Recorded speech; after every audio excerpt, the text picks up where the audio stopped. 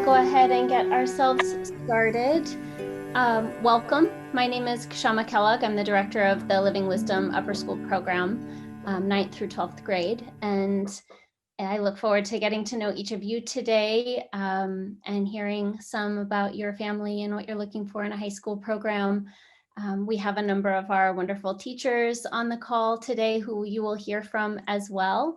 And then also some of our student leadership and parents who've offered to be here and to share with you about their experience. So as we move through the program today, I want to just invite everyone to make yourselves at home, really. If we were in person, we'd have tea out and people would have time to socialize and really get to know one another during and after the program. Since we're online, let's make it as comfortable and familiar as possible. And so as we go through today, if you have questions or thoughts as you hear things, feel free to unmute and just share whatever it is that's on your mind. And then at the end of the program, we're going to open up some breakout rooms and invite you to connect with and talk to the teachers, students, and parents who are on the call today. Okay. If you have questions also and you don't feel to voice them into the group, feel free to go ahead and just type them into the chat and we'll be able to get to them that way. And Shanti, if you see something pop up in the chat and I miss it, will you please just let me know so that I can address it or you can speak to it. Okay, let's go ahead and get started. Welcome to Living Wisdom.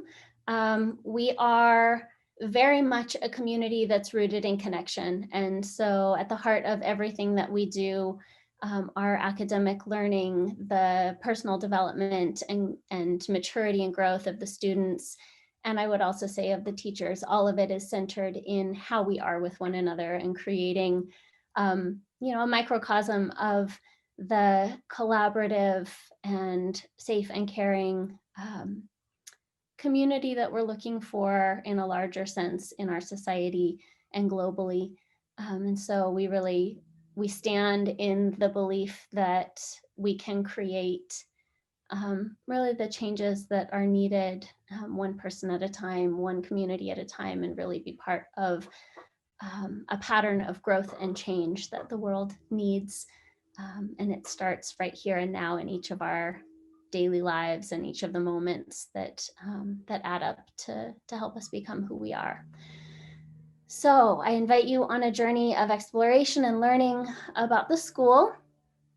This is a photo from last year, shortly after we had to go to distance learning, and someone captured just a moment of delight and joy in connection online. And that's really been our guiding mission as we've gone through the last, I don't know how many months it's been now, 8 months or so. We have students on campus again, we have students online, and really just finding ways to keep the learning and the connection alive so that joy is at the center of what we're doing. So we're part of a larger network of learning communities, some schools, some student or family groups, some empowerment programs that is global. We have schools up and down the West Coast of the United States, in Europe, and a movement growing in different parts of Asia. And we are the second high school program that has been launched based on the philosophy of education for life. If you want to know more about this movement in education, you can visit edforlife.org. Shanti, can you put that into the chat? But really, this philosophy and the approach that we live with and work with at Living Wisdom is that all of us are so much more than our bodies and our minds. There is a living spirit and light at the center of each of us, and that is the spark, the part of us that we're really serving and nurturing. And then when when that center point is fed and nourished, all the other pieces of life experience come into the right focus. And so learning becomes a joy and a delight and something that we are enlivened by, and life becomes a process of unfolding exploration and really a seeking and finding of more lasting happiness than we find if we're just working on a superficial level. I'm happy to share more with you about the deeper philosophy if you're curious to know more later on, but that's really our roots. Our school here in Palo Alto, I said we're the second high school in this movement internationally, and we are partnered with an international school as well that has students from the United States, India, Italy, and Iran currently.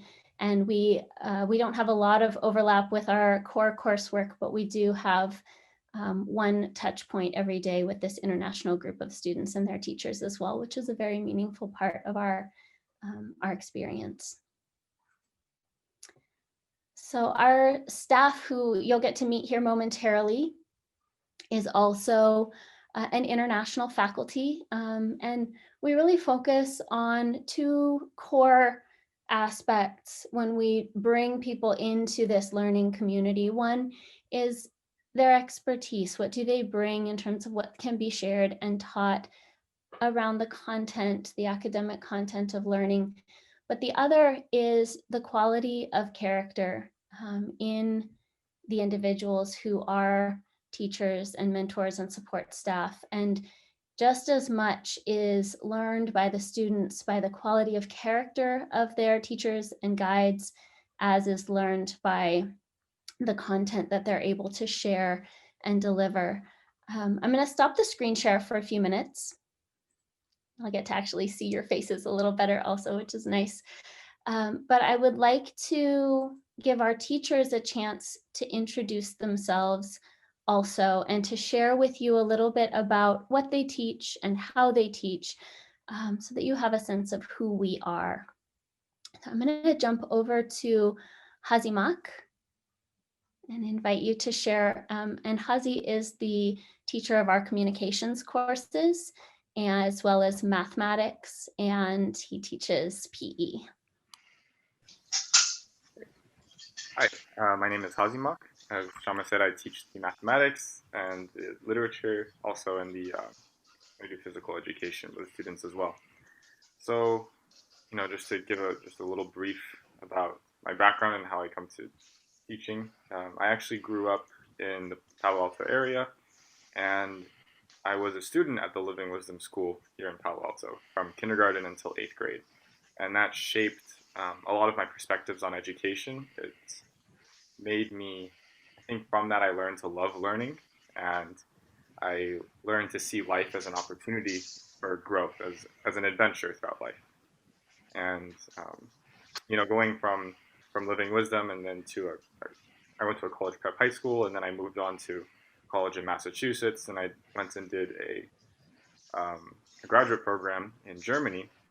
And throughout this whole time, Living Wisdom was always kind of a touch point, like looking back and thinking about what was it about that learning experience that was so distinct and really played such a shaping role in a lot of my ability to enjoy life and to make the most out of all the situations I was in. And I, studying various topics, I thought often about how could especially mathematics, how could mathematics be presented in a way that's truer to the subject as it's practiced in Europe and practiced by professional mathematicians and scientists, and also in a way that is engaging and meaningful for students, and really meaningful. I think something that I learned from Living Wisdom and that really matters to me is this idea of how can we make our learning experience feel meaningful, feel important, feel maybe even necessary for whatever we want to seek in life, beyond just here's the job I'm aiming for. Beyond that, like how do I want to live life in a meaningful way? And so, moving forward in life and thinking back, I said, well, I want to learn more about this educational approach. I want to be part of this educational approach, which played such a huge role in my life. I think I could help serve in that way here again. And so I decided to come back, and I'm teaching here at the high school. I think it's been a very dynamic experience starting this high school, and I think that um, we are doing a really good job. So I'll pass it on now to Shama. Perfect. Thank you, Hazi. Mandana, would you like to share about your work? Okay, hi everyone. I'm Mandana. I teach understanding people classes, which is the term we use for social science classes here. And I really enjoy working at Living Wisdom High School and also living there because we have like what we focus on more, it's the friendship and the relationship between all of us. And we don't have that kind of a mindset that we're the teacher and they're students. We all like are friends and are a group and do activities together. And we're really trying to teach the students not only the contents of the classes, but like how to live and how to enjoy your life, how to be happy, how to see opportunities, how to enjoy the little things in life and enjoy them.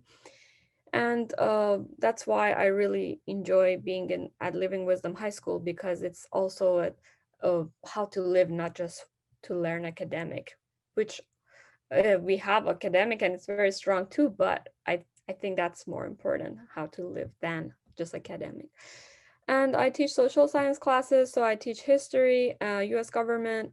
For my classes, I use a lot of like research-based assignment, and I ask them to pick their topic. So usually, not always, the students don't all have the same assignment. I teach a period of time and I give them like different, sometimes I give them a list or they pick like what they want to research about in that time period. So it could be a life of a person that is inspiring to them or a topic of that time. So they will research about it and they will present it in the class. So that way we're all learning from each other and I'm not the only person who gives lecture.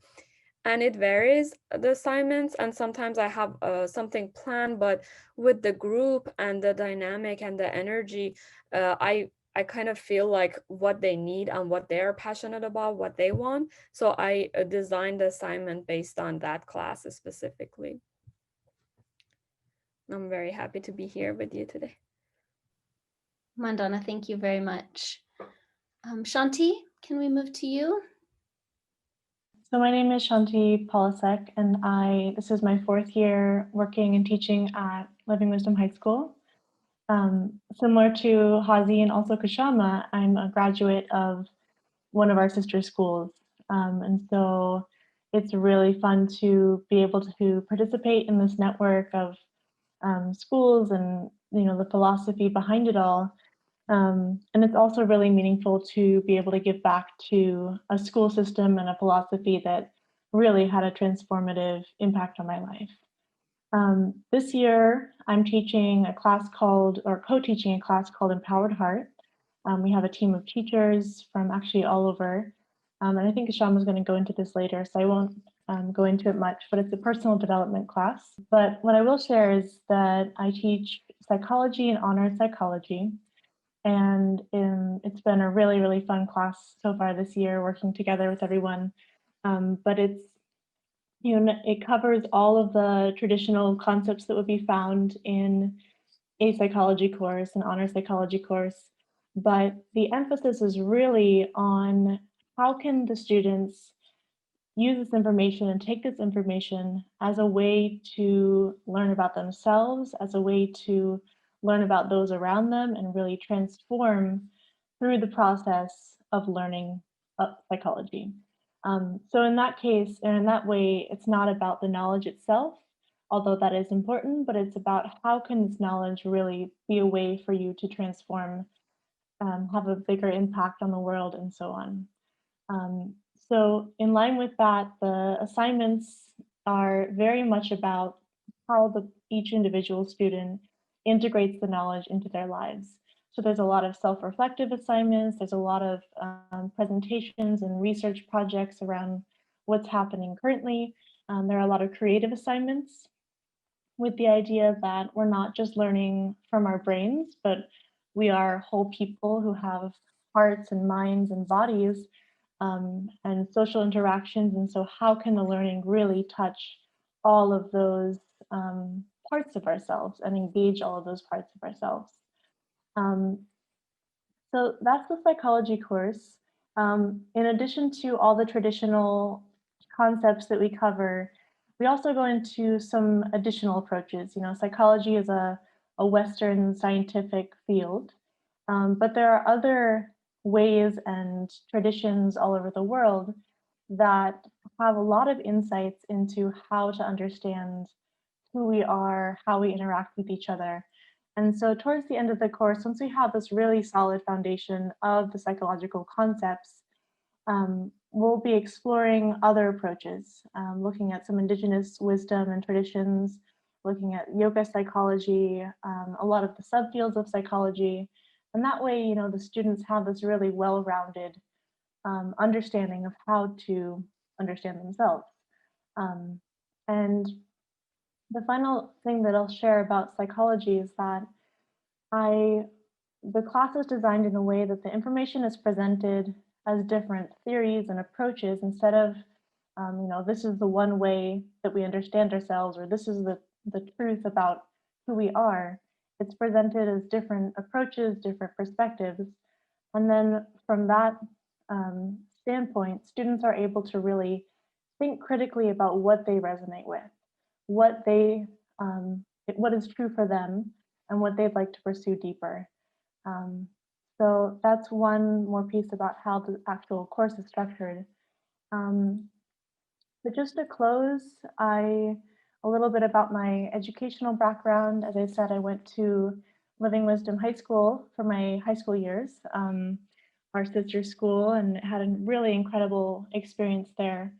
And then I went off into college and did an interdisciplinary program studying psychology and education, social justice, and then I'm currently in the midst of a master's program in psychology. And so it's really meaningful to be able to take what I'm learning now in my master's course and pair it with what I'm teaching at the high school level.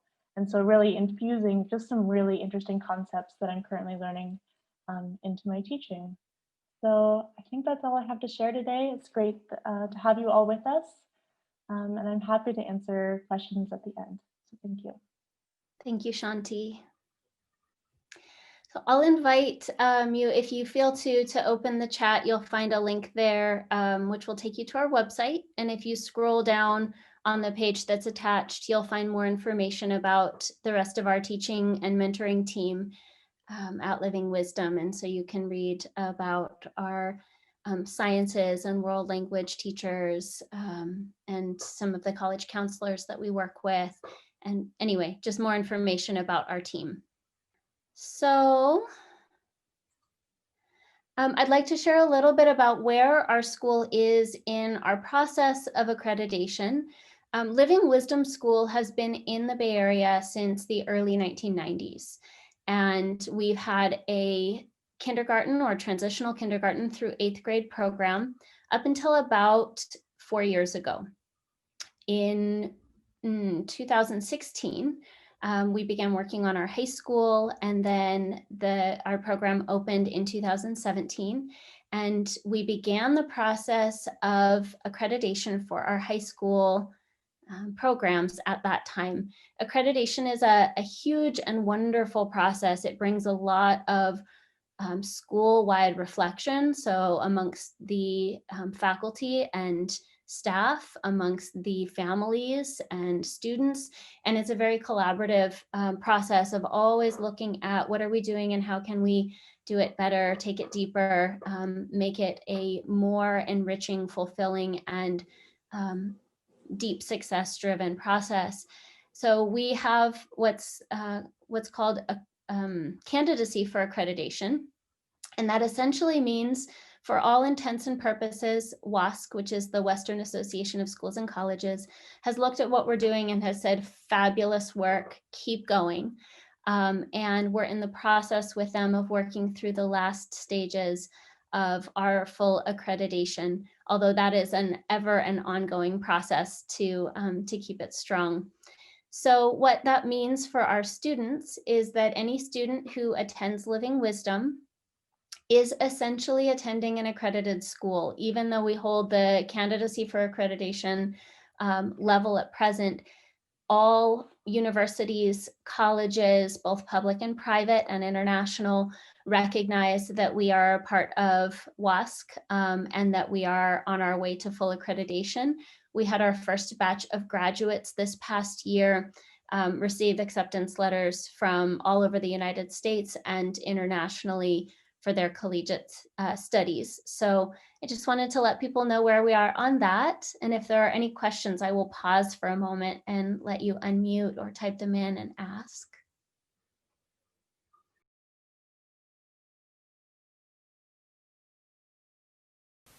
We have had some students who've spent time with us and then for various reasons needed to transfer to other schools.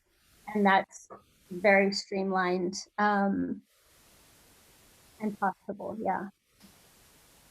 So I'll just circle back to with our campus, our sister high school has been alive and well since the mid 1990s, I believe, maybe late 1990s. And they've had alumni go to many, many, many different universities. And our first batch of graduates graduated last year, which was absolutely glorious. And you'll see here there are 5 schools that are highlighted. These are the schools that they settled on as their schools of choice. And then the others here are some of the schools, I couldn't fit them all, but some of the other schools where they received acceptance letters. So we've been hearing from some of them. They are in their freshman year of college. Some of them are on campus. Some of them are home, but they all seem to be doing really well. So here are a couple of our alumni from sister schools also, and below you'll find information just about some of the career choices and pathways graduates of Living Wisdom have taken. And like Shanti and Hazi mentioned, the 3 of us are all alums of this approach to education as well. And we found our way back into teaching and education as our pathway of service. But there are so many different avenues that people take. And what we see often and again is that there's a passion and a drive and a joy in the seeking and finding of our students' journeys. And they often land in careers or avenues of service that are both deeply needed in the world, but also are deeply fulfilling for them as individuals. So it's beautiful to see. So what does it look like in terms of educational support at Living Wisdom? We continue to evolve and grow our program. And each student who comes to us, we sit together when they first arrive, and then this is a continually evolving process of building and helping them implement their personalized learning plan.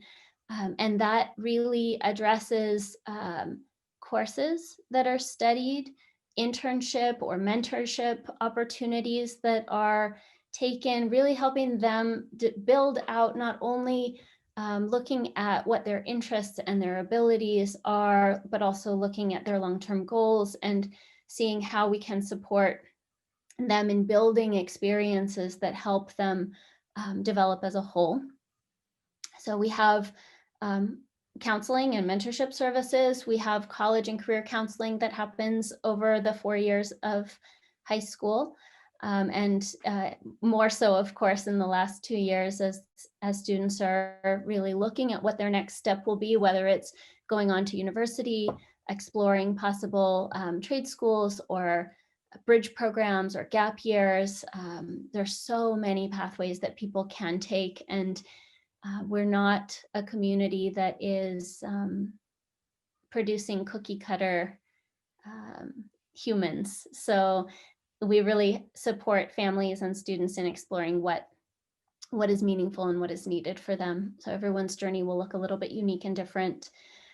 We do a lot of community partnership work. So students who express an interest in an area, we work very hard to find either internship opportunities or mentorship experiences so that they can really have hands-on experience with areas of interest, so that they're not leaving high school with sort of a vague idea of, well, maybe I would like to go into AI studies, or maybe I would like to go into psychology, or maybe I would like to explore this field or that. There's opportunities for exploration now, and those may lead to a longer term study and exploration, or maybe there'll be a stepping stone into whatever it is that that student finds afterwards. But self-exploration is such an important part of this time of life. We want to make sure they have a lot of access to support teams to help them dive deeper. And at the heart of a lot of what we're doing also, it's certainly about the outcome, but it's also about the journey and the process of getting there, and all of the character building and self-discovery that takes place through the process. So that's one of the reasons that we highly value personal connection, and we keep our class sizes small, and we work to have a lot of one-on-one connection points between teachers and students, and also student to student. So pathways for learning, and I'm speaking now in the current situation that we all find ourselves in. We have students who have returned to school full-time, and we have taken steps to make sure that all of the safety protocols are in place here on campus. And we're watching that very carefully. We have students that are in fully online programs, both within the area of the Greater Bay Area, and also more broadly, we have several students that are out of area also that are fully online. And then we also have some students that are choosing a hybrid model. So they're on campus for some of their experiences, and then they're home for some. We use, obviously we have a wonderful team of teachers here. We also do partner with both high school and college coursework options that are available through online programs. So one of the things that I'll talk about next is our dual enrollment program with primarily Foothill, but a number of other colleges in the area as well. But students are able to take coursework at the general education, college prep, honors, in some cases AP, and then dual credit, which is or college classes through our community college network that offer high school and college credit simultaneously. Really through this approach and through the values that we hold, our emphasis and focus is on how do students learn how to collaborate, how to be empowered in their own journey and learning process. Where, while there is some, of course, in any field, there's some memorization that has to happen, application of the concepts, skills, and tools is far more important, and we work as a whole faculty and individually as well to really bring to life a lot of these qualities of learning for student experience. So like I said, we're partnered with our local community college network. We have students that take classes in a whole array of different subject matters. Sometimes a student will be taking something independently. Other times students will take classes in small groups. Right now, everything is online. So we have a number of students who will be taking a college chemistry course this year that will be online. Under other circumstances, they would be going on to campus, or it would be an option for them to go on to, say, the Foothill College campus and take classes there. They have access to all of the resources that all college students have, the bookstore, the library, the tutoring center. They also have us as mentors to help them, guide them, and support them in developing the maturity and the skills to successfully navigate more advanced curriculum and the college experience. That this isn't something that all students choose, but it is available as students demonstrate readiness and interest. Are there questions about anything we've covered so far?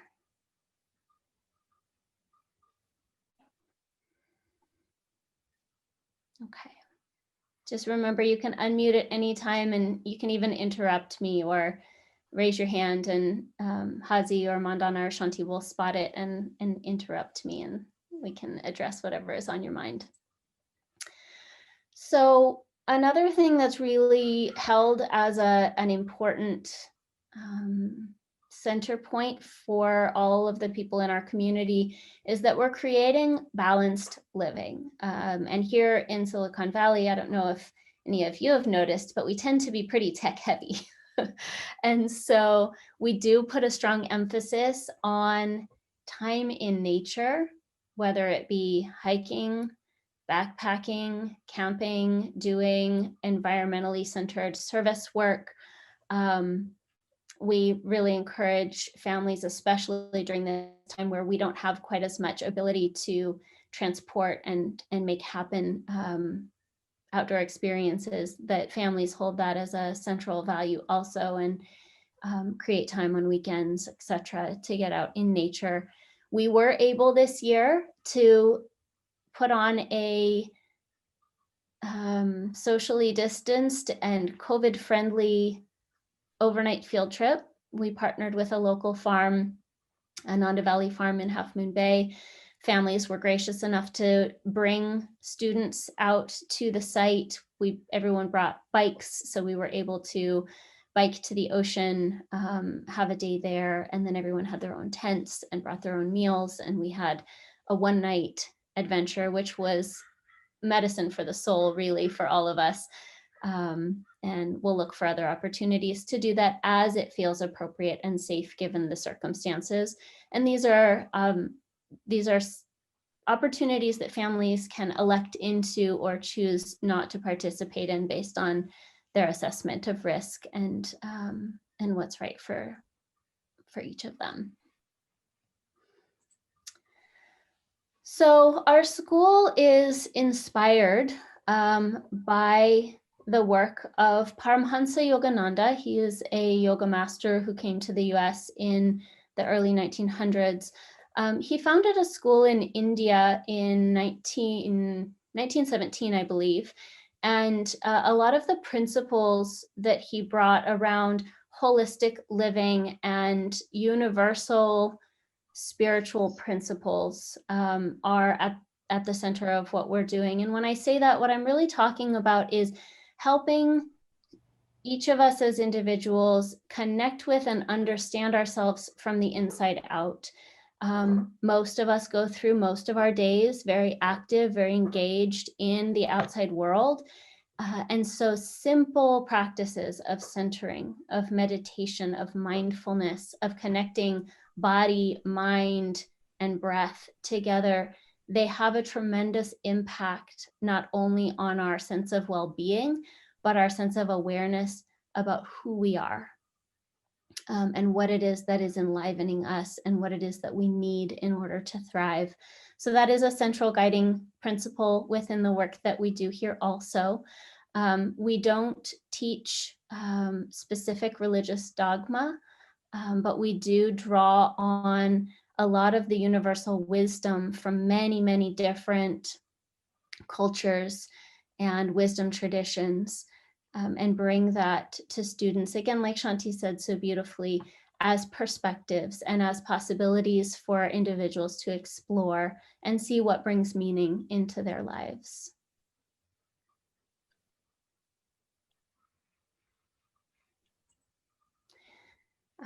Again, tied with self-discovery, we do, and I spoke to this a little bit earlier, we often offer students experiences with passions projects. So that basically is a supported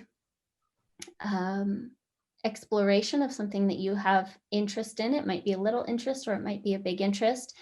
And then partnering with a mentor in the community. Last year, Emma may speak to this. Last year, she partnered with a doctor at Stanford and did some work in the area of neuroscience.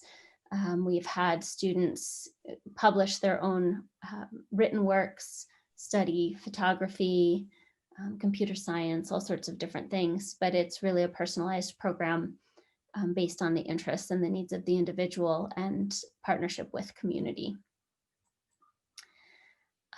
I would like to, again, stop our program right now and bring in the voices of some of our youth who are here today. We have a number of students who would like to share with you about their experience at Living Wisdom and what it means to them to be part of the community. I'm going to go ahead and invite Jay to share first. Jay's a freshman with us.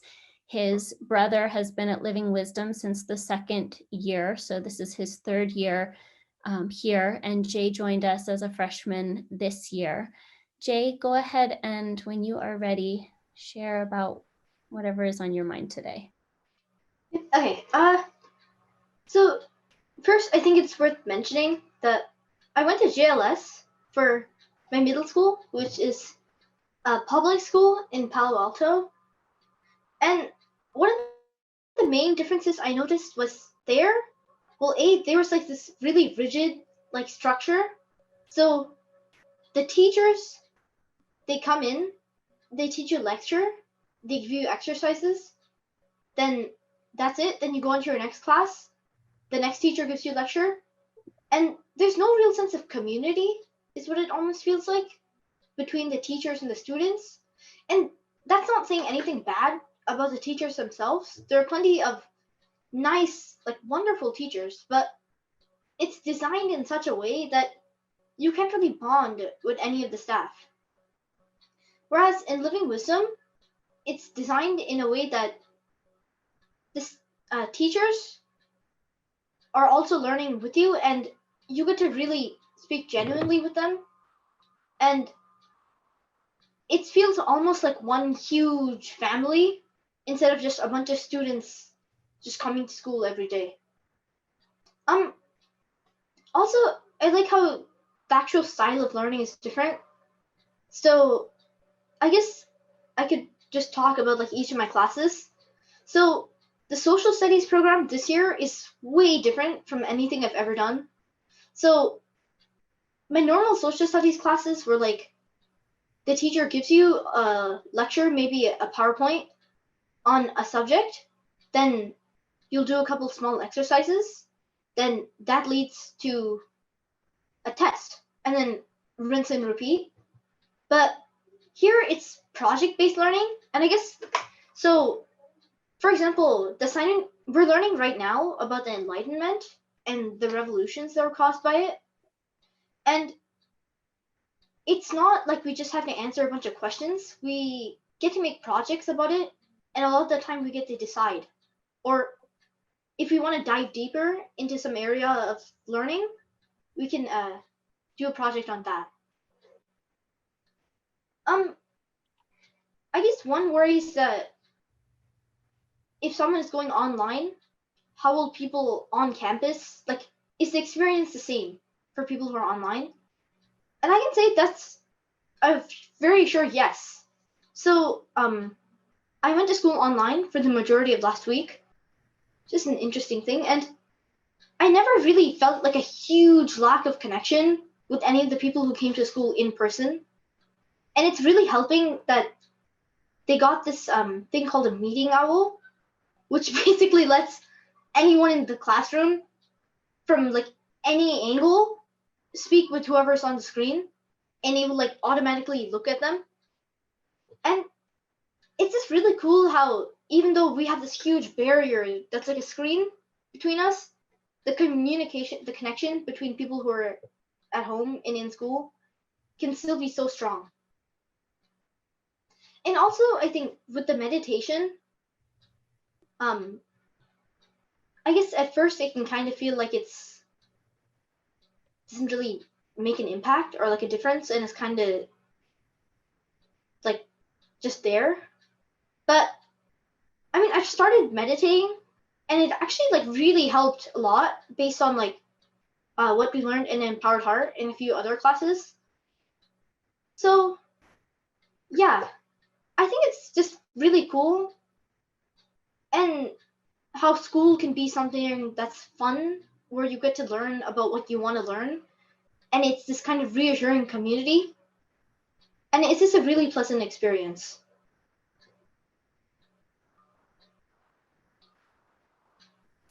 Jay, thank you very much for sharing with us. Krishav, will you share next? Yeah. So, similar to Jay, I started out in a public school in like 6th and 7th grade down in Sunnyvale called Peterson. And along with Jay, it was like a really rigid structure. We'd just go to the class and then we'd go like see the lecture or look at a PowerPoint. They might give us an assignment or just tell us to think about it, or we just go on to the next class without really like having a discussion about it or having like an open talk where students could like ask questions and like get to learn more in depth. So also after my 7th grade year, I switched to the Living Wisdom Middle School, which is pretty close to the high school campus now. It's also in Palo Alto. So there it was a better experience. Everyone was really friendly. Like the learning style was definitely different. Like for math class, it was like a work, like you work at your own pace. So you have this like book and you'd look through it, do the questions and stuff. And when you're finished doing the questions in the section, then you would be able to like take a test and you're able to work at your own pace instead of like, so if somebody who doesn't really understand a concept, like the teachers like at a public school, they normally just give a lecture and then they'd leave you with that lecture, but some students may not like have an understanding. And for other students, they might be like, oh, this is so boring, I already know this. So with like the learn at your own pace kind of program, it was really like able to adapt to the kind of student who was doing it. So that was really cool. We also had like a choir at the middle school and stuff, which was pretty fun. And so like I had to choose a high school, so I applied to a few such as KLS, Con Lab School. I also applied to the STEM program in Santa Clara High School. And I also applied to the Living Wisdom High School because it was like Living Wisdom and I was familiar with the environment. And I already knew some of the high school students, so it would be like an easy transition. And so I eventually did end up going to Living Wisdom High School, and I think it was definitely the right choice. Like the first few days, like we were able to like get an adjustment and we got to know the teachers and how the style worked. It was really similar to the middle school. And that was pretty fun. I really like how it's like a small environment. And if you have a question, you can just openly ask a teacher and they'd be able to give you an answer pretty quickly and they'd be able to work with you one-on-one. Because in a public school or like a place that has a lot of students, if everybody was like so open as to ask questions, the teacher would be pretty overwhelmed and not really be able to do much for you. And with this kind of one-on-one experience, the teacher is actually able to like really connect with you and have like a good experience with you. The current 9th grade class size, I think there's 3 students as freshmen, but we all really learn as a group. Like, so for most of the classes, it's like the entire school community, such as Empowered Heart, Closing Circle, or like chemistry. And for other classes, it's a mix between like 9th and 10th graders, all doing understanding people or social studies, whatever you want to call it.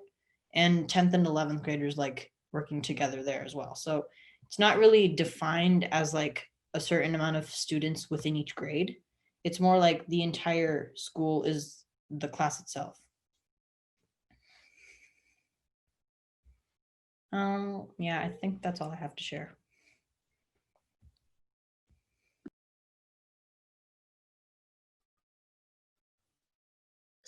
So much more eloquently than any of us could. Thank you. Your perspectives are really valuable. Emma, are you? Oh, I froze. One moment, Emma. Oh, I think I froze for a moment. Am I back? Yes, you're back. We're back. And then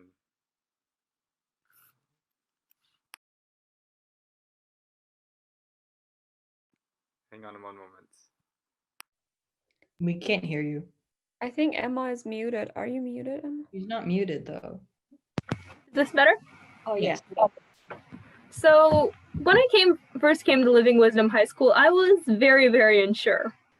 Even the idea of going to Living Wisdom High School was very far out of my comfort zone. I attended a pretty traditional learning style, read the textbook, take notes, watch a PowerPoint presentation, take a test at private school before. And I mean, I personally thought that, oh, I would simply go the same way everyone else in my class did to similar high schools, etc. But then mom found out that apparently, oh, there's the school with happiness. You should go. I was very skeptical. I'm going to be completely honest. High school, according to her older classmates and previous students in the year above us, had basically said that high school was a lot of homework. You might meet real friends there, you might not. There's a lot of drama. It's going to be the worst and best years of your life. So to be honest, I kind of really, a place that teaches happiness and meditation, that doesn't really sound like a high school. Even when I came, I was openly skeptical because, to be honest, yoga in the morning sounded something slightly absurd to me, and I, for a while, simply couldn't comprehend it. But the thing is, and I honestly can't believe I'm saying this, old me would definitely not have believed that I'm saying this, it works. The meditation, the surprisingly slightly neo-traditional, but their activities, the whole friendship thing, it actually works. I'm saying this as someone who just really was like, oh dear God, yeah, this is very interesting, but I really don't know how this works.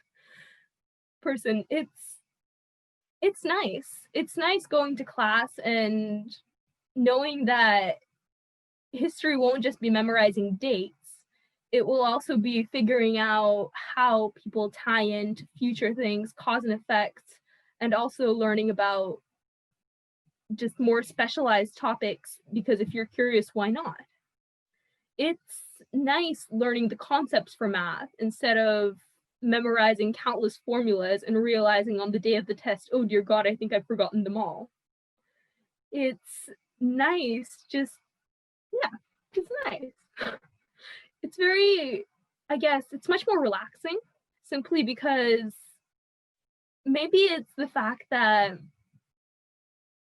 the whole group size is smaller, maybe it's simply the principles of the thing, but things seem so much less stressful when you realize that A, the teachers are people too, and B, they do not exist for the sole purpose of giving you mountains of homework that you will never completely understand but will not be able to ask questions about. So yeah, personally, I guess I liked it. It's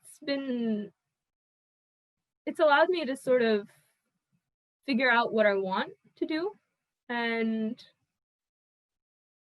also just the moving at your own pace thing that Krishav mentioned is very real and helps surprisingly a lot. Last year, we had, Kshama mentioned, personal passions projects. Those were amazing. Pretty much every person picked a topic they were curious in and did a project or something, created something, did something, learned about something, and then later on presented it. For me, I guess it was neuroscience, neuropsychology, but technically neuroscience. So yeah. And honestly, I just never would have thought that I would be talking to a Stanford doctor who would actually be listening to my experiment idea, for whom I naturally used the school as guinea pigs. They did agree. And there's a lot of possibilities. That's just what I like to say. It's pretty cool. Thank you so much, Emma. Jay, Krishav, and Emma, thank you all for taking time to be here today. It's very much appreciated. And there will be a chance for some questions at the end if people want to ask students or families or teachers anything. Bacha, thank you for also taking time out of your day. Bacha is Jay's father, and so he's been with the school for 3 years now. So feel free to share your experience. Also, we're just going to get you spotlighted in a moment. Okay, go ahead. Thank you, Kshama. So I have two kids, and both kids attend Living Wisdom. Hari, my elder one, started I think 3 years now, and Jay has started in the school this year. So my reasons, or rather our reasons, my wife and my reasons, are twofold. The first is, like all the students are saying, it's the individualization, the personalization. If you look at GUN, for example, there are 2,000 students in GUN, and it has 120 teachers. So it is mainly optimized for scale. Nothing wrong with the individual teachers or the environment or the intentions, etc. It's just like a large place, so you have to optimize it for scale. You cannot have too much individualization or personalization, or the system just wouldn't work. It's just a large place. It's kind of like your assembly line in a typical factory, as against a artisan's workshop where, say they are making artistic stuff, right? They are paying individual attention to little details, and those become really important. Especially every student is different. Every human being is different. Even our 5 fingers are different. So I mean, if our fingers cannot be the same, imagine all the billion people. Everyone is different, and even for a single student, I know some kids might be great at math but not at language and arts, and other students might be the reverse. They might ace at language arts but may have trouble with math. So the ability to the personal attention to each person and treating them as an individual and catering the whole education to their needs, coupled with the ability to go fast or slow, depending on the subject and depending on the person, is very powerful. It leads to a complete education. Typically, in a mass-produced education environment, you just like pass from grade to grade to grade without necessarily taking the time. Like maybe something was hard for you, but you're forced by the time and the number of people, and you just keep moving on. And so you didn't maybe completely understand addition, but you move on to the next grade and you now have to deal with multiplication, and over time it compounds. So that's number one. The second very important point is the balanced perspective this school offers. If you look at, we live in a very stressful place, a very successful place, but success comes with a lot of stress. It's a very competitive place. And in particular, Palo Alto is known for that. And GUN, which is our home school, is especially a stressful place. You might have heard of stories in the news. So what happens is that it leads to taking kids and shaping them as teenagers into this competitive place where the parents are putting pressure, maybe not in uniformly, but in various cases. And then the kids amplify that pressure by peer competition. And then they end up being this one-dimensional individuals who are just all about work or all about status or all about success. Uh, and the more important, I mean, life is much more than just getting money or status, and as we all know. And the ability to mold the perspective, the chance to mold the perspective to be a balanced one, where you're living a happy life, as Mandana was earlier pointing out, as well as you're doing your job, getting your learning done, and being successful that way also. Having that balance is very, very important, especially in these times.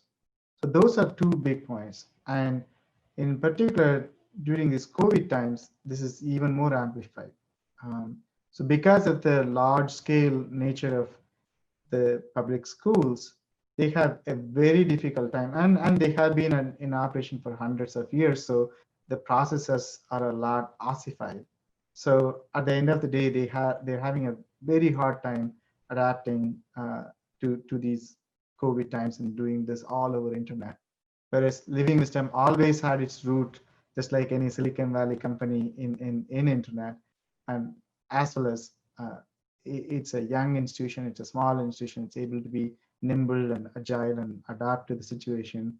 And the fact that they have the personal connection, the whole personalization and individualization means like they're able to make this work for each student much more effectively in this time. So I think it's a great place. I recommend it highly.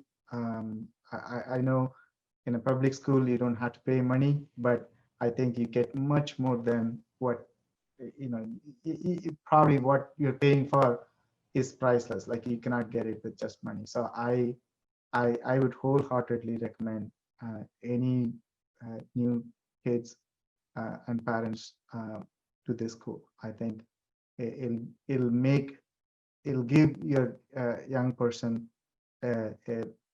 new opportunities, new perspectives that you will not just get anywhere. Thanks. Thank you, Bacha, very much. It's an honor and a joy to work with your young men and your family. And Jita is also on the call. Jita is Krishov's mother. She'll share with us briefly also. Thank you, Jita. Hi. Welcome, everyone. I'm multitasking. My little one is doing Rangoli. It's Diwali today. Happy Diwali to everyone who celebrates. Yeah.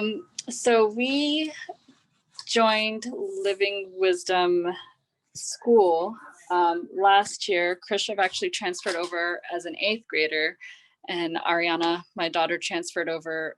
Well, she joined as a TK. So we kind of have an interesting gamut of the,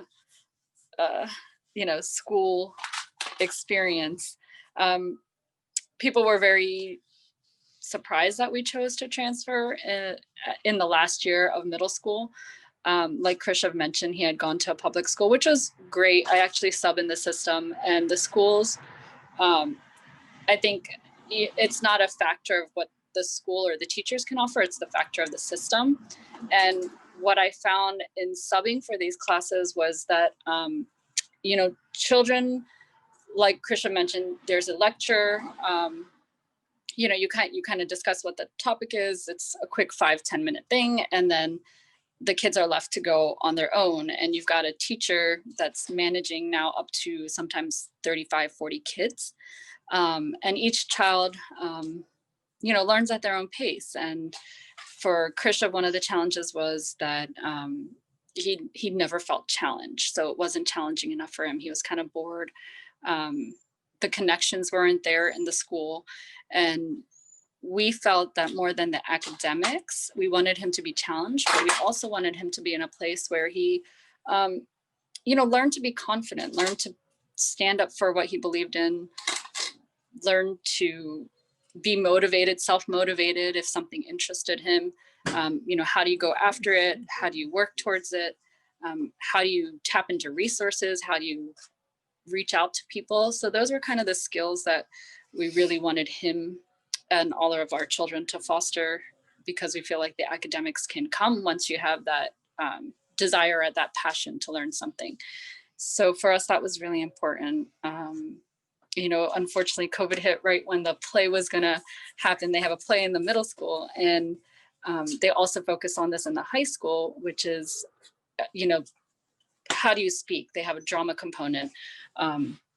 So how do you speak in a public setting? How do you express yourself? How do you, all those things that I feel a lot of people struggle with. And that's even so much more important now because we are in this virtual environment and it's so much harder. And I just realized there's a porta potty back there, sorry.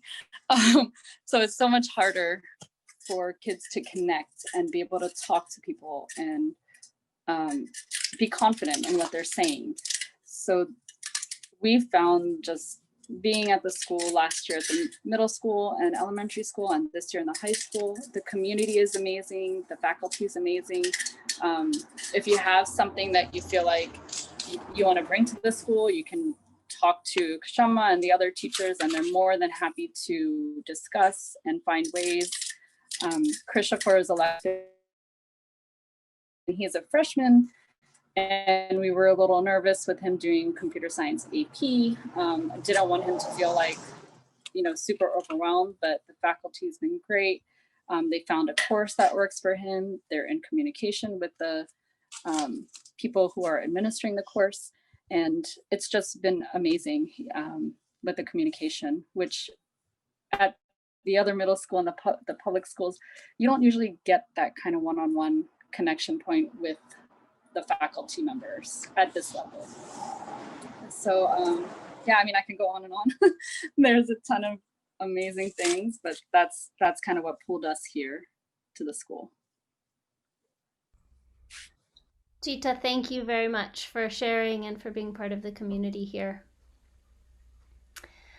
Friends, I think we're going to wind down and we'll offer some time at the end in just a moment for if you want to go into a breakout room and talk with Hazi or Shanti or Mandana and learn more about the curriculum and how they teach. If you want to stay in this space and ask any questions to students and parents, you're welcome to. Really, if Living Wisdom feels like it's something that you want to explore further, the steps I would recommend that you take would be, one, to send me an email. And, as everybody's been talking about, we're really a community that's based in communication and connection. So just send me an email directly. We can arrange to either talk on the phone or over a Zoom chat like this, or if it feels very important to you to come in person and feel the space of the school, you can arrange with me to come in on a day when students aren't on site, as we're not having live visitors right now. But send me an email. You can also go to our website, livingwisdomhighschool.org, and there is a link under the admissions page to the application process.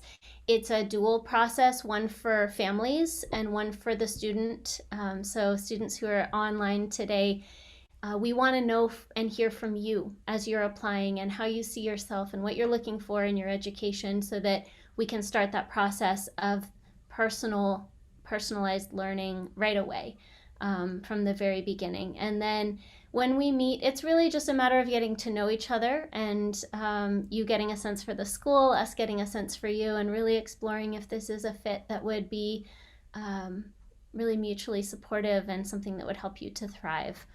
So that's our process. We are accepting applications both for the coming school year, so the fall of 2021, and we have a couple of spaces that we could fill for on-site learning beginning in January. We're pretty close to capacity in terms of what could happen with on-site right now, considering the pandemic, but we do have a few spaces that we will extend to people if it's the right fit for you and for us. And then we have our online program also, which has capacity. So We have had some inquiries from current high school students who are finding that where they are is not working for them. Either they're in a larger program and it's all online and they're missing the connection point, or for whatever reason they're looking for a mid-year transfer. The high school program, we have the capacity to welcome a couple more students in from 9th grade through 12th this year if it's the right fit. And our high school or our online program obviously has more capacity to expand because we're not limited by the space. Our classroom, I wish I could show it to you. It has, like all of them, it has every desk 6 feet apart and spaced. But then other families are looking for fall acceptance also. So.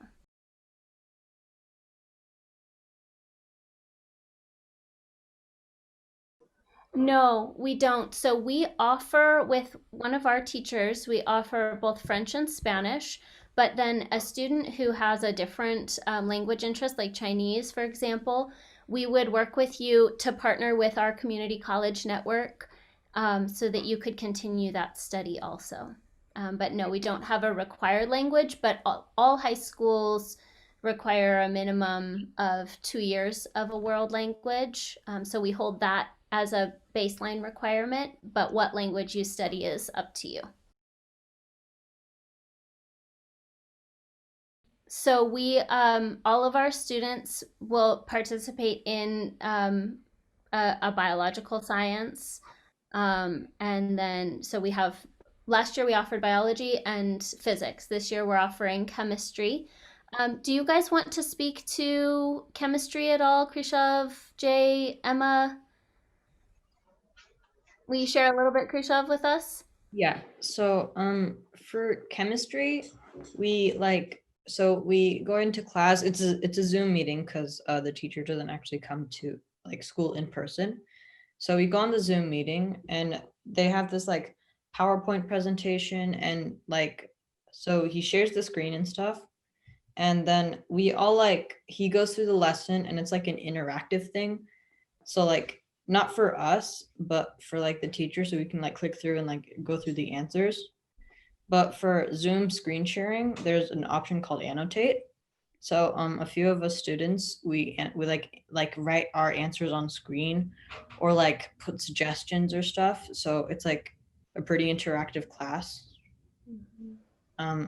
And you can ask questions and he'll openly answer them. And there's also a lot of questions, and we actually learn a lot of in-depth stuff. So it's not just shallow and all. So it really goes into the deep of how it works and stuff.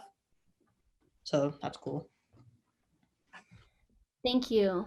There's a couple other logistical details.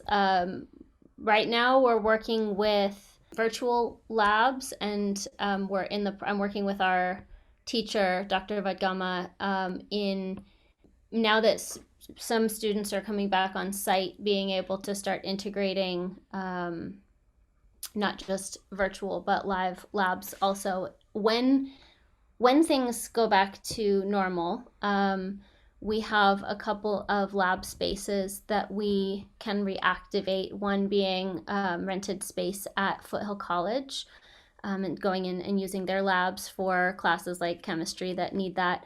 And also one of our other local, I'm going to say sister schools, the School for Independent Learners, they have a lab space that they also offer to us if we're not able to accommodate the level of exploration that's needed on our campus.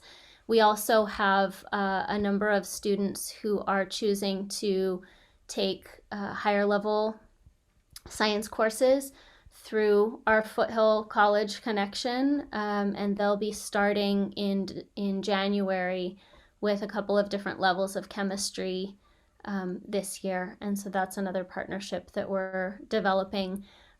We also, through both our community college network and also through programs like CTY and other online offerings, are able to do even more with engineering and computer sciences. We're partnered also with UC Scout. So the University of California system has online courses as well for high school students. And so that's Krishav is taking a computer science, AP computer science class with them. So yeah, we have a strong STEM component also. Dr. Vagama's not here to speak to that, so I kind of just skated over it. Sorry. Should I add something about the mathematics? Please feel free to, yes. Okay, so with mathematics, oh, I'm on, okay.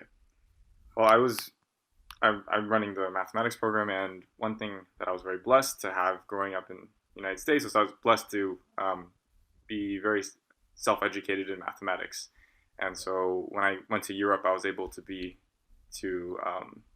I was able to study in Europe and work with European styles of math. And so one of the major differences between how mathematics is taught in the last around 100 years or so in the United States and how it is continuing to be taught in Europe and prior to about 150 years ago or so, is that nowadays there's one style of thinking that's primarily emphasized, and it's you could call it the routine kind of thinking or the formulaic kind of thinking. So if I hand you, here's a procedure, I want you to do this and this and this and this, and then I tell you to do it, and then you do it correctly and I give you a good grade. And that's oftentimes how mathematics is set up. And unfortunately, this is not how real mathematics work looks like. It's not how science works looks like.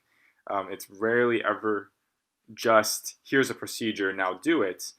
Well, because a computer will be better at doing that than a human is. Rather, it's what is the meaning of what we're doing? How can we explain why what we're doing is true? Because that's the heart of the sciences, is the explanation part, the explanation of reality. And then furthermore, how can we solve problems? And so while we still do learn formulas, there's a much stronger emphasis on explanation, on understanding the theory, and on problem solving, which means going into the difficulties of things. So all the students do work on a series of books which work on problem solving and theory. And just to give an idea, one person reviewing this book, and it was written by a Russian mathematician, one of the greatest in history. And, one person said, American students, this is not appropriate for American students because American youth don't like to think, is what somebody commented. And he has said, no, I've worked with youth all over the world, and I assure you that youth, if you get them thinking, they start enjoying it. And if you give them something interesting, they'll start to enjoy it. And that's typically why people get drawn into STEM, is because it actually is fun. People do really like to think, and that's, I think, one of the major differences, is that rather just formulaic procedural thinking, we're getting into how do I really understand the meaning. So Emma talked about the concepts in math. How do I understand what all of this means, and not simply, here's a procedure, now I do it correctly and I move on to the next procedure and do that one correctly, without any broader picture of it. And so with the mathematics, for example, the calculus students understand how calculus is physics.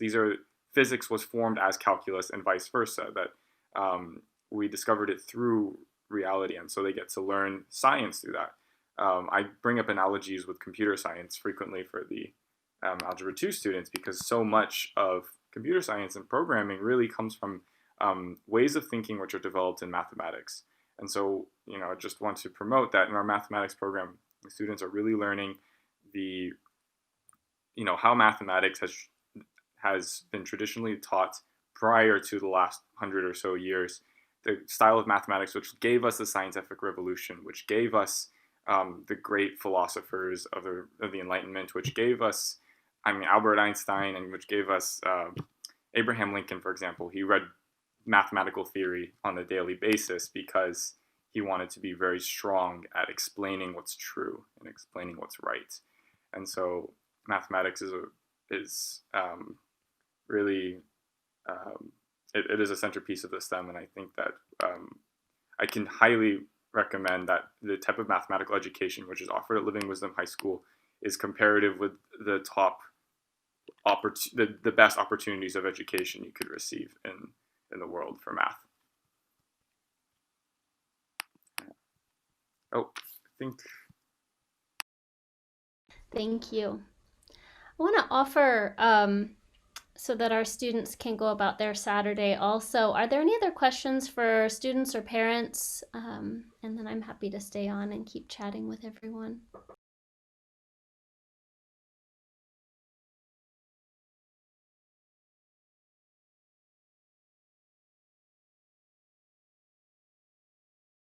The main difference is that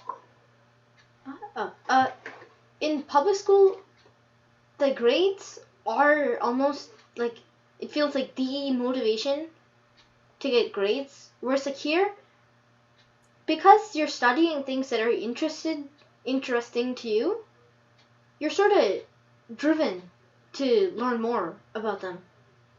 And since the work feels meaningful, there's no need for like the sort of thing like I have to get a good grade, but more like this topic interests me, and that's why I'm going to spend more time learning it and working hard to get good at it.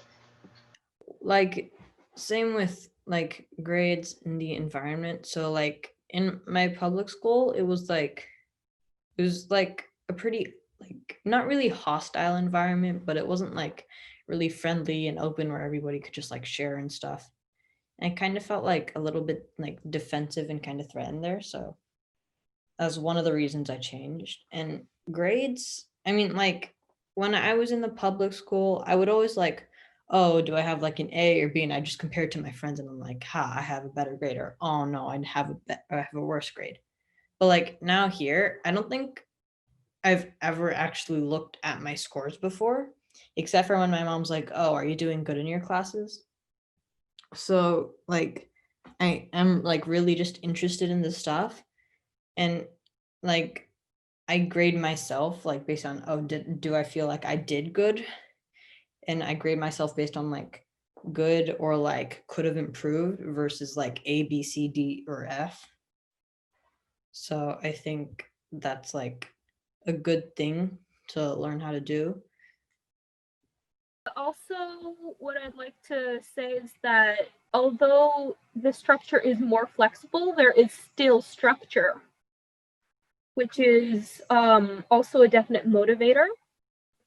And also, simply the way things are taught, they might not appear to be interesting, but they make sense, I suppose, on a logical level.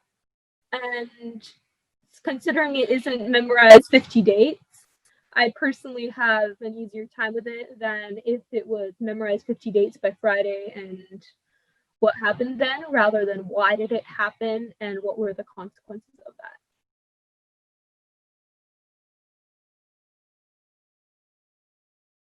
well, first off, for example, everybody has to take math and everybody has to take English. It doesn't matter whether you, I mean, ultimately, this is something that I present, is that we're not getting into likes or dislikes. We're getting into like deeper understanding and deeper perception and development of the mind and development of the spirits and so on.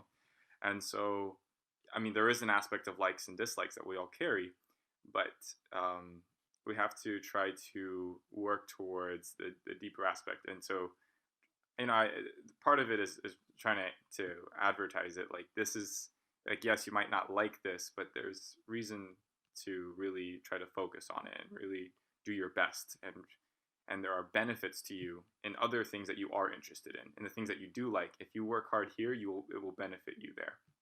And so with both literature and mathematics, and also with PE, I mean, a lot of them might not like to exercise, but there's a lot of benefits to exercise, and they have to exercise. And so there's that aspect. And then for the grading, well, at least for my classes, I attempt to make it as objective as possible. So with mathematics, it's much easier to have an objective grading scale, a quantitative objective grading scale. With literature, it's a little bit more difficult, but there are certain standards which I present to them that I try to teach them the same thing. So when they're thinking about literature, going beyond, oh, I feel like this, or I liked this, or I didn't like this, going beyond, can you identify the like objective features of this piece of writing that you're reading, so this piece of literature? How is the plot structured? How are the conflicts made? And these type of examples.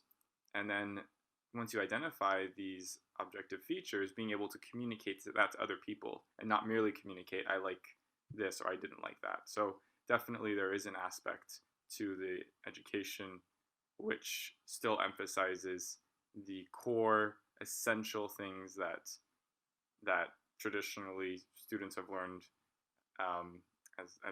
as being very important, and objective grading of their performance in these. So we try to find that balance of the two. I don't have much to say about psychology, mainly because it's an elective course where people can choose to take it, and so everyone who's there, it's really, you know, they're there because they're interested in it. But I would say as the school in general, you know, it's Shama talked a lot about self-discovery, and part of self-discovery is trying new things and trying new classes, and we may not always like it at the beginning, but there's a part of, you know, finding new passions, finding new interests. And even if that doesn't happen, there's a lot of value in pushing through challenges. You know, different skills such as concentration, determination, time management, cooperation, all these things can really be learned in a heightened way, even when we don't love the subject. So in that way, there's a challenge. And I think, you know, at the core, we are trying to really enliven the experiences and awaken an enthusiasm for learning, even when it's not the most easy thing or not the most, you know, something that the student naturally enjoys. But overall, there's really, you know, there's a challenge at this school. People do learn what they want to learn and they can pursue their interests, but there's an expectation for each student to really challenge themselves and push beyond what their their current comfort zone. And the students actually and the teachers, we all hold each other accountable to this. And so I would say there isn't any lack of challenge or lack of motivation or drive or goal for excellence. It's just done in a very, very different way.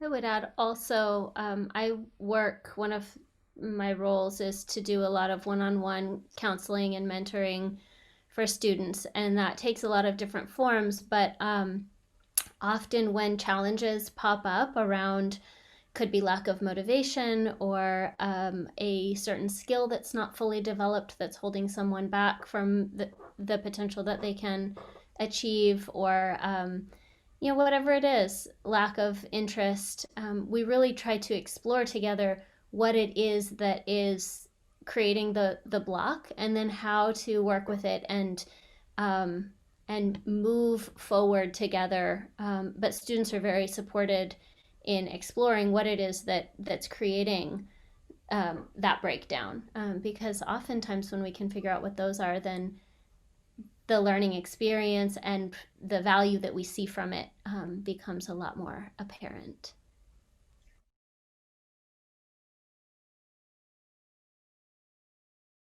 Three of us can speak to that personally, and why don't we start there? Oh, as an alumnus. Well, actually, I have something I want to say before we pass it around. I think one of the things that is happening here is that it's not a coddling of the individual, but it's helping them cultivate and develop the tools and the skills that they need to be successful with less and less of that support. So it's building communication skills, time management skills, maturity, and awareness. So often the challenges that we have are around a lack of awareness. We don't know ourselves well enough, or we don't know how to navigate through a particular situation. So, I mean, I can speak for myself. I was a student in Living Wisdom, not here at this campus, but at one of our sister schools through middle school. And I transferred from a middle school class of 22 to a high school of 3,000. There was no Living Wisdom high school that was a possibility for me at that time. And I certainly found some things a little overwhelming at first. It's a huge jump in numbers, and also, not knowing my teachers as well and just having to find my way. But I had a lot of the tools that I needed to know how to approach adults, how to have conversation, how to reach out for what I needed, how to navigate social dynamics in a way that was constructive, that I saw in some peers, but not in a lot of the people around me. So I do think that certainly life will always bring us challenges, always. But how we meet them is what really matters. And just like every student we serve, and each of us is very unique and different, those challenges will be whatever they are as they go into their life. But we spend in the high school years, we spend 4 years really working with each individual to help strengthen areas of weakness or challenge and amplify what they already have. So I think the feedback we're getting from our first batch of graduates from this campus is that they're doing really well. And they are navigating really strange circumstances. Also, one of our students is at UC San Diego, and she's living in the dorms, but all of her classes are online. And she's recognized that she's finding it harder to make deep connections than she would like, but she has a network in her dorm of people that she knows, and she's really enjoying the freedom and the independence of living on her own. We have a couple other students who are local. One is living in San Jose on her own while she's going to San Jose State, and then the other is living from home. Actually, two others are living from home and taking their classes online at Chapman University and at University of Santa Clara. And then one other student, she took a leap of faith and decided to go to early college at 16. And she's across the country at Bard College at Simon's Rock, and she's living on campus. And they've actually created a bubble, so she's having a more full college experience. But they're all thriving. I guess I could add just a bit, both as an alumnus and also I think just to, bring it back to the academics just a little bit. One of the things that we work on is not so much here's the material, now learn it, but how do you learn? And how can you teach yourself? And how can you be independently driven? And how can you face challenges in life? And how can you face them with strength and determination and with an adventurous spirit? And so, one of our principles is adventure, and that's one of the main aspects that we promote. I mean, we got on a little trip this year, but when I was a student, we went on, I think, 3 field trips a year, and went on, learning how to When you say field trip, you mean like a week long or weeks long experience? Backpacking, camping, that kind of stuff. And I think that's a very powerful experience, especially for people who've never done that before. And one thing I hear about in college from some college professors is, you have these. So let's say an English professor, they have students and they say, okay, you've read these works, now I want you to write an essay. And the students have nothing to write. And they say, wait, you have to tell us what to write. That's basically the perspective. And the teachers are becoming increasingly surprised by this, how less and less students are able to have to develop original ideas. And so one of the focuses is going into that area of mystery, that area of adventure in terms of learning, in terms of, well, I don't really understand what's going on, or I don't know precisely, I don't have a precise protocol. Here's what I'm going to do. I write this, then this, then this, then this. I'm not filling in the blanks, basically. I have to create. I have to develop my own original thought, and I have to structure it well, and all these kind of things. That's much more challenging, and that's where the students are working on right now, for example, in the literature course or in the mathematics course. Typically, it's here's a procedure. Here's the type of problems you use this procedure for. Now apply that procedure to these problems. And that's not going to work when they get older. That's just not practical. And so, the students do get a little bit frustrated at times because, and we work with that. We don't coddle it, but we say, you're frustrated now. How do we get through this, and how do you control your emotions to get through this well? Because we're dealing with, let's say there's a problem, and the student for the first time is dealing with a situation. They haven't been given a procedure, and they can't solve it, and they don't know what to do. And they have to try to discover, and they have to be inventive, and they have to think constructively rather than expecting to have the whole plan in front of them at once. They just have to start exploring in the unknown. And I think these type of things, so the academics and the non-academic parts of our program, both of them support the single focus, which is that ability to be an independent person who can be self-sufficient internally and face all of life's challenges, whatever they happen to be. And I think that's something which, as an alumnus, I can speak to, is I feel like I was given the tools to face anything in life with strength and courage and determination.